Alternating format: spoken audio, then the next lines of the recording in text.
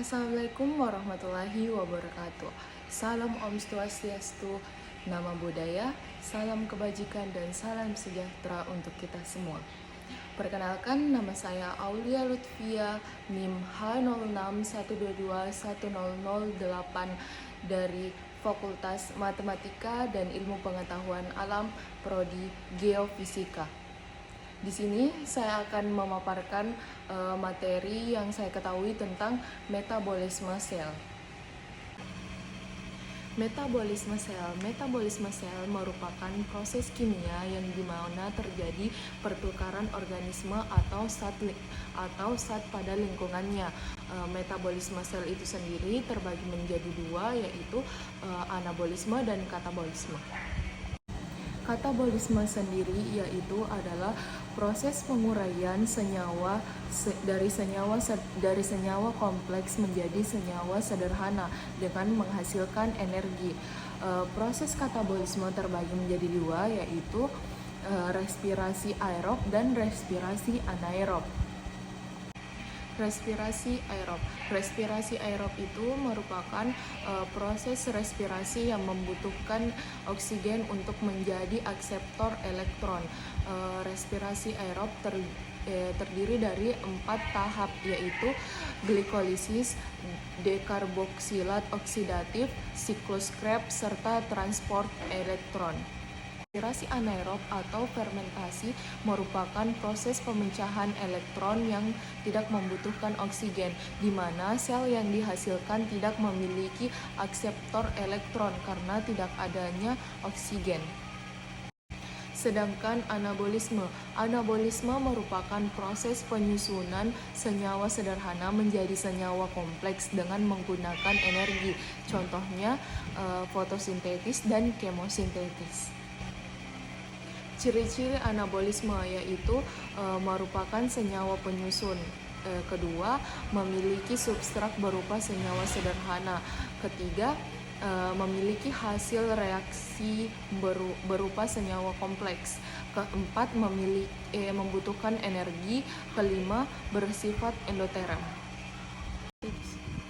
Adapun contoh anabolisme yaitu fotosintesis dan kemosintesis. Fotosintesis adalah proses penyusunan dan pembentukan dengan menggunakan energi cahaya atau foto. Fotosintesis meliputi reaksi terang dan reaksi gelap.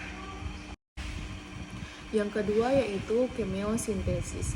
Kemosintesis merupakan proses sintesis zat organik yang terjadi pada bakteri kemoautotrof tanpa bantuan klorofil dan cahaya matahari.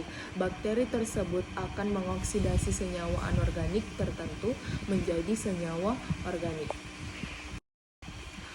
Selanjutnya yaitu metabolisme karbohidrat. Metabolisme karbohidrat mencakup penguraian atau katabolisme, sintesis, anabolisme, dan merupakan bentuk karbohidrat dalam tubuh organisme.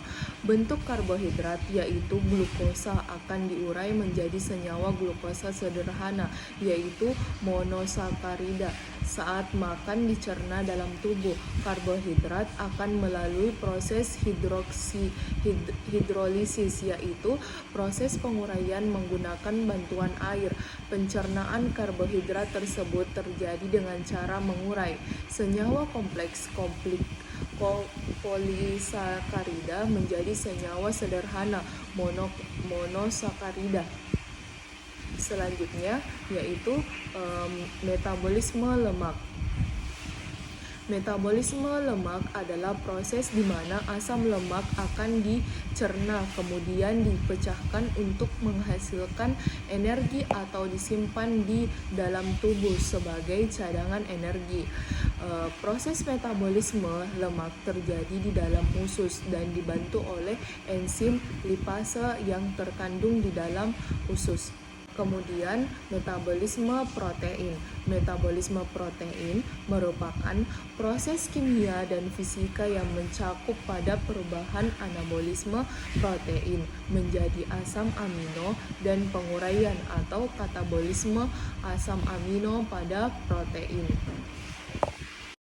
Kemudian kita masuk pada enzim. Adapun sifat-sifat enzim yaitu secara umum memiliki 5 sifat, yaitu pertama, enzim tersusun atas protein.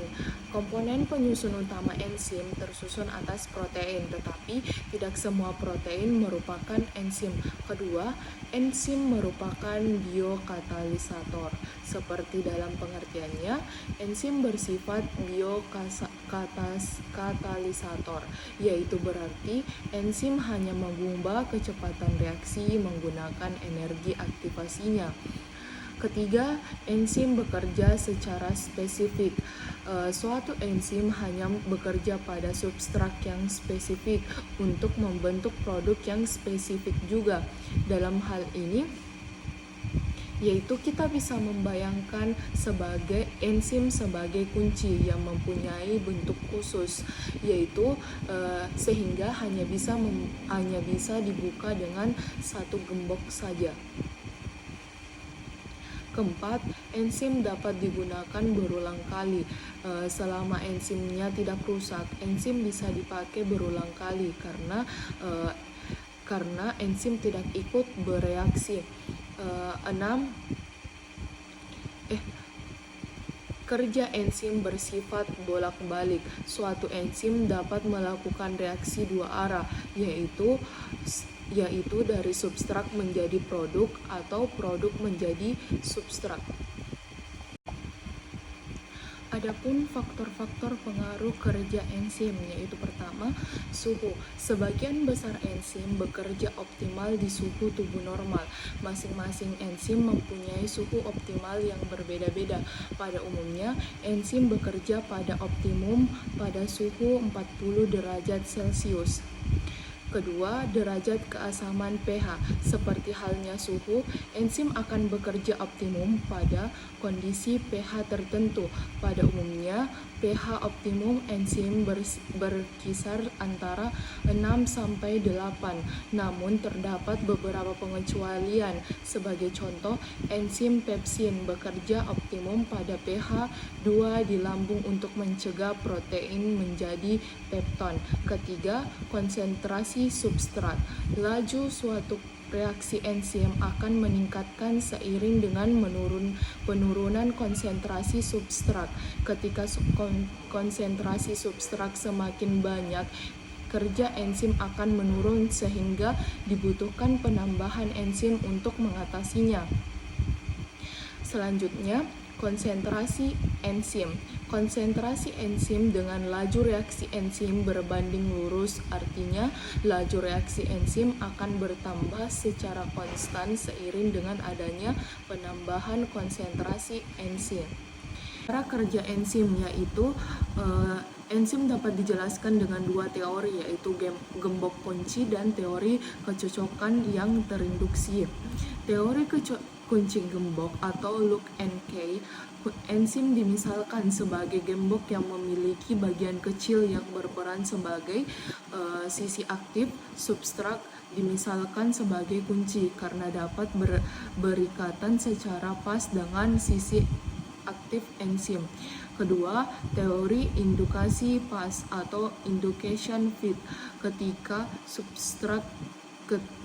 substrat terkait pada enzim, sisi aktif enzim mengalami beberapa perubahan sehingga ikatan yang terbentuk secara enzim dan substrat menjadi lebih kuat.